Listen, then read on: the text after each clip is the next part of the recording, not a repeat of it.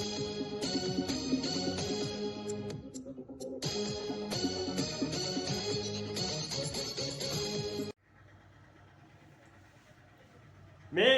विश्व भारती से लोकेश व्यास। आज की दुनिया के दोस्तों नमस्ते। सारे देश में लोकसभा चुनाव का माहौल बन रहा है, जोर शोर से माहौल बनना चालू हो गया है।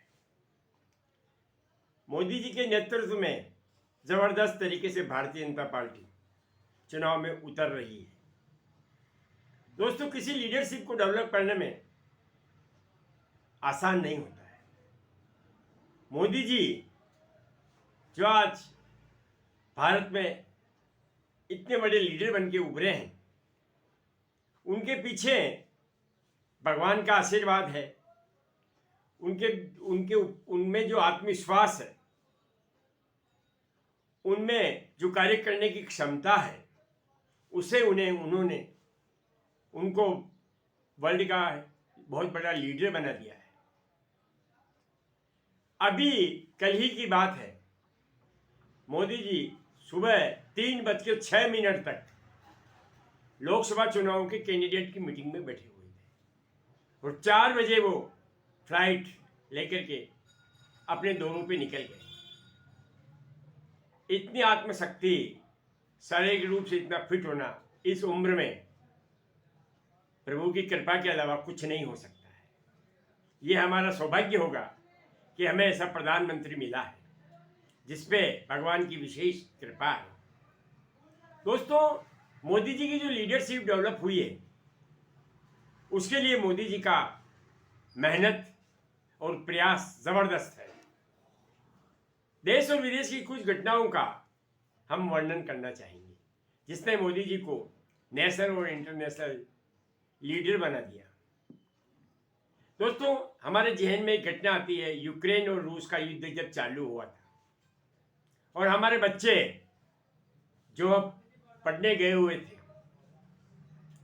वो लोग बुरी तरह से फंस गए थे। उनके माँ बाप बहुत चिंतित हो गए थे, स्वाभाविक भी है। उन बच्चों को वापस लाना एक बहुत बड़ी जिम्मेदारी हमारे देश की बन गई थी।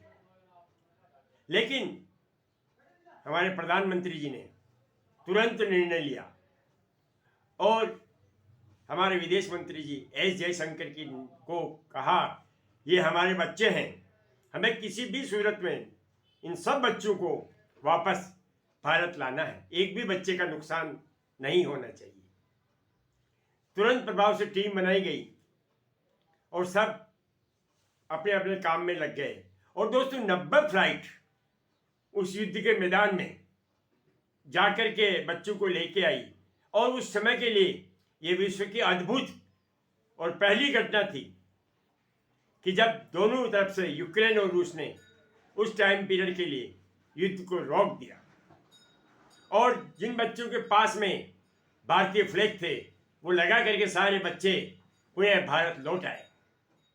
वहाँ कुछ विदेश मंत्री हमारे विदेश मंत्री से मिले, बोले बहुत मुश्किल हो रही है, बहुत कठिनाई है। तो हमारे विदेश मंत्री जी बोले, हाँ कठिनाई तो हमें भी है। बोले हमें दूसरा फ्लाइट ले जाने में बहुत दिक्कत आ रही है, एक फ्लाइट तो हम ले गए। अब हमारे विदेश मंत्री जी क्या बोलते, मुस्कुरा दिए, क्योंकि वो तो 90 फ्लाइट ला चुके थे। ऐसे होती है नेतृत्व क्षमता, ऐसा होता है मन में अदम्य विश्वास, ऐसा होता है विश्व में हमारी छवि। ऐसी एक घटना अभी थोड़े दिनों पहले सूडान में हुई थी। सूडान में युद्ध हुआ, हमारे कर्नाटक के लोग फंसे हुए थे।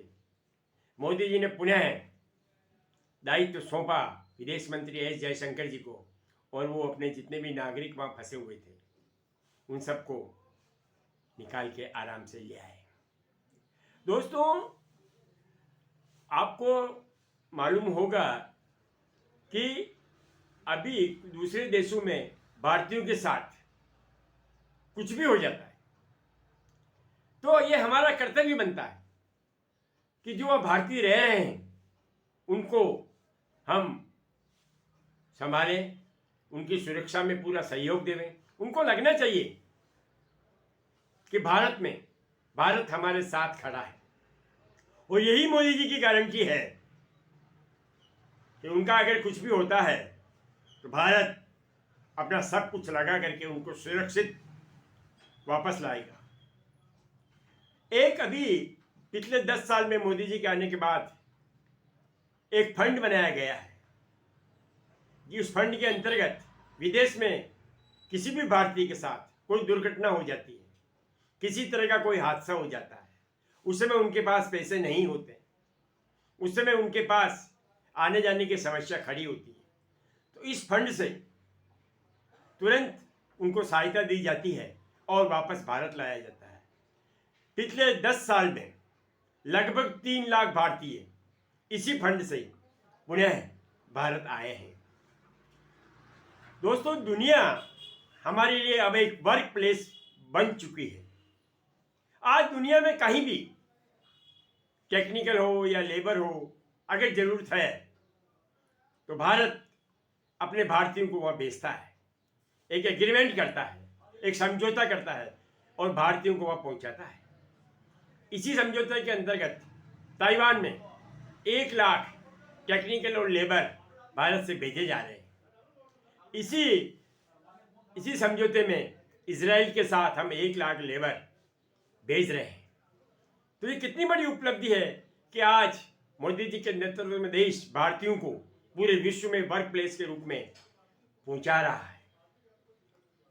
दोस्तों, आपको याद होगा कोरोना के समय में, कोविड के समय में चीन ने पेगांग झील पर अचानक रात को आक्रमण कर दिया। जब ये बात मोदी जी को मालूम पड़ी तो उन्होंने तुरंत रक्षा मंत्री राजनाथ सिंह जी को बुला के कहा कि देश की सुरक्षा सर्वप्रथम है।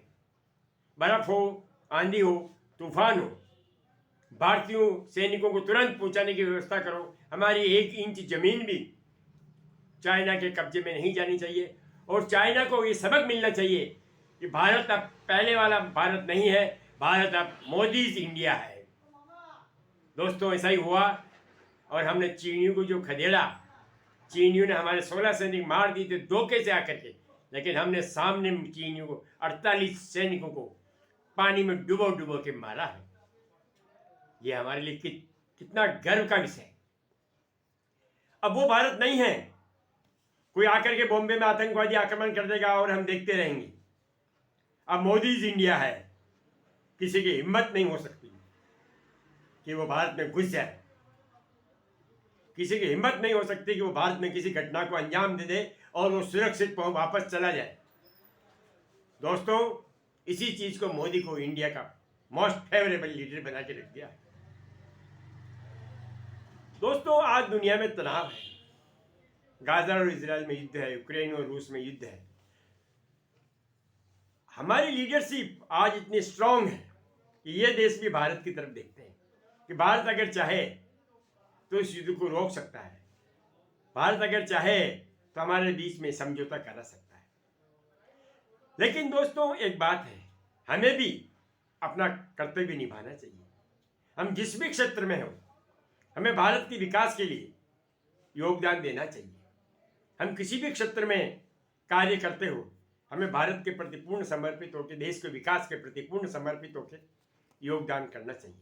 अभी लेटेस्ट ताजा घटना है, कतर के नेवी के अधिकारी जिनको फांसी की सजा दी जा चुकी थी, मोदी जी ने अपने लेवल पे यूएई और अमेरिका से बात करके सारे अधिकारियों को आज मोदी जी फांसी तो छोड़ो, उनको वापस भारत ले आए हैं। इससे ज़्यादा गर्व की बात क्या हो सकती है, जो कि एक कट्टर मुस्लिम देश है।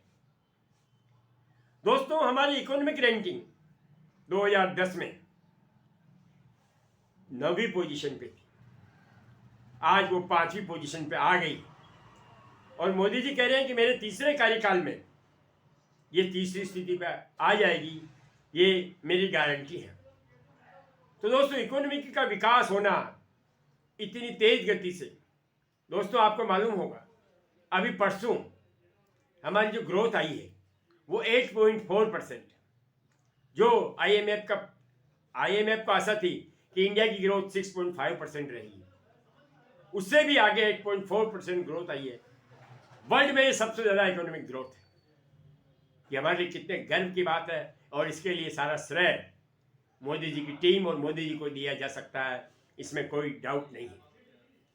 दोस्तों, कुछ ही दशकों में हम देखेंगे कि इंडिया टॉप इकोनॉमी की तरफ तेज गति से बढ़ रहा है, और अगर ऐसा होता है तो हमारे सब के लिए अत्यंत गौरव की बात होगी। लेकिन इसके लिए सबसे बड़ी बात होती टॉप लीडरशिप, और वो लीडरशिप हमें आज की तारीख में मोदी जी के नेतृत्व में प्राप्त है। दोस्तों, अमेरिका की एक संस्था है जो वर्ल्ड के लीडर्स की रैंकिंग हर साल बनाती है कि वर्ल्ड में इस बार सबसे ज़्यादा टॉप पे पब्लिक किसको पसंद करती है। दोस्तों, पिछले 3 साल से लगातार उस रैंकिंग में मोदी जी वर्ल्ड में टॉप लीडर्स के रूप में चुने जाते रहे हैं। 75% लोग इनको पसंद करते हैं। विश्व के बाकी सभी देश, रूस, अमेरिका, चाइना, ये सभी देश मोदी से बहुत पीछे हैं। दोस्तों, अंत में मैं कहूँगा कि मोदी जैसा लीडर आज इस स्टेज पे है, हमारे आदरणीय प्रधानमंत्री जी।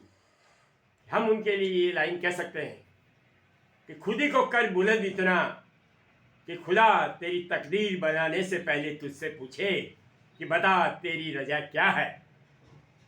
आज इसी स्टेज पे हमारे आदरणीय प्रधानमंत्री जी हैं। अब हमारा कर्तव्य है कि हम मोदी जी को सहयोग करें, उनके साथ कंधे से कंधा मिला के खड़े रहें। देश अगर वर्ल्ड में विकास के तौर में दौड़ेगा तो उसके पीछे एक लीडरशिप होगी, ऐसा मेरा आपका सबका मानना है। दोस्तों, मैं यही बात कह करके अपनी वाणी को विराम देता हूँ। अगर आपको ये वीडियो पसंद आया हो, अच्छा लगा हो, तो आप इसे जरूर लाइक करें, सब्सक्राइब करें और शेयर अवश्य करें। धन्यवाद। जय श्री राम।